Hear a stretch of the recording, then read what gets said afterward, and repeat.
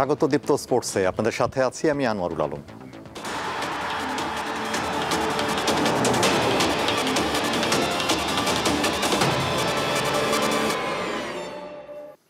তিন ম্যাচ সিরিজের প্রথম টি-20তে কাল চট্টগ্রামে মাঠে নামবে বাংলাদেশ ও ওয়েস্ট ইন্ডিজ।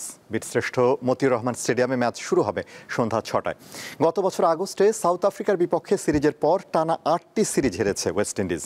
এর মধ্যে গত ডিসেম্বরে ঘরের মাঠে বাংলাদেশের কাছে ধবল ধোলায়ও হয়েছিল। তবে সবশেষ স্মৃতিটাই ওয়েস্ট ইন্ডিজের জন্য বড় ধাক্কা। সংযুক্ত আরব আমিরাতে হওয়া সিরিজে তারা হেরেছে সহযোগী সদস্য দেশ নেপালের কাছেও। অন্যদিকে একসময় টি-20তে ছন্দ খুঁজে না পাওয়া বাংলাদেশ এক পঞ্জিকা বর্ষে নিজেদের সর্বোচ্চ ম্যাচ জেতার রেকর্ড গড়েছে। সেই ধারাবাহিকতা ধরে রাখার আরও একটি চ্যালেঞ্জ এখন লিটনদের সামনে। ভালো ক্রিকেট খেলতেছি, এটা ভালো সাইড যে আমরা কন্টিনিউ বেসিসে ভালো ক্রিকেট খেলতেছি।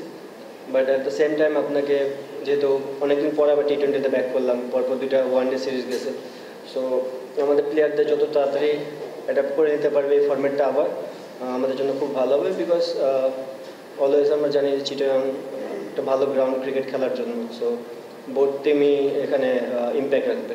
যারা এই মিডল অর্ডারে খেলতেছে অনেকদিন ধরেই প্রুভেন, বাংলাদেশের হয়ে তারা অনেক ভালো কিছু করেছে। 2-1টা সিরিজ এটা হবেই, এটাই ক্রিকেট। বড় বড় প্লেয়াররাও ফেল হয়, আমরাও হব, বাট ওখান থেকে ওভারকাম কীভাবে করা যায় এটা নিয়ে আমরা কাজ করতেছি এবং আমার মনে হয় শীঘ্রই আমরা এটা নিয়ে ওভারকাম করতে।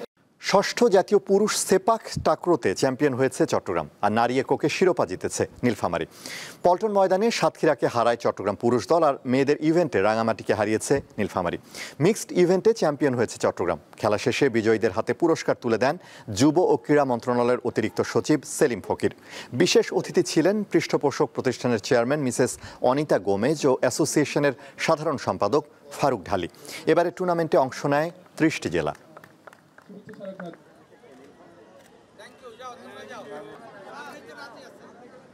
থাইল্যান্ডের বিপক্ষে দ্বিতীয় প্রীতি ম্যাচে কাল মাঠে নামবে বাংলাদেশের মেয়েরা। ম্যাচ শুরু হবে বিকেল 4টায়।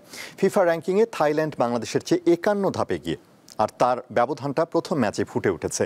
3-0 গোলে হেরেছে আফিদা ঋতুপর্ণারা। তবে এই হারকে আগামী মার্চে এশিয়ান কাপের চূড়ান্ত পর্বের জন্য ভালো শিক্ষা হিসেবেই দেখছেন কোচ পিটার বাটলার। তাই দ্বিতীয় ম্যাচে ভালো ফলাফল আনার লক্ষ্য নিয়ে ফের অনুশীলনে নেমে পড়েছে লাল সবুজের মেয়েরা। প্রায় 2 ঘন্টা অনুশীলন করেছে বাঘিনীরা। এদিকে ইংলিশ প্রিমিয়ার লিগে জয়ের ধারা বজায় রাখতে অ্যাস্টন ভিলার বিপক্ষে মাঠে নামছে ম্যানচেস্টার সিটি। ম্যাচ শুরু হবে রাত 8টায়। প্রিমিয়ার লিগে টানা 8 ম্যাচ অপরাজিত থাকা সিটিজেনরা লিগ টেবিলে আছে 3 নম্বরে। তবে অ্যাস্টন ভিলার ঘরের মাঠে ম্যাচ হওয়ায় জয় ছিনিয়ে নেওয়া সহজ হবে না পেপ গার্দিওলার শিষ্যদের। এই ছিল আজকের দীপ্ত স্পোর্টসে। দেশ বিদেশের খেলাধুলা নানা রকম খবর পেতে দীপ্ত স্পোর্টসের সাথেই থাকুন, আর চোখ রাখুন দীপ্ত টিভির ডিজিটাল প্ল্যাটফর্মগুলোতে।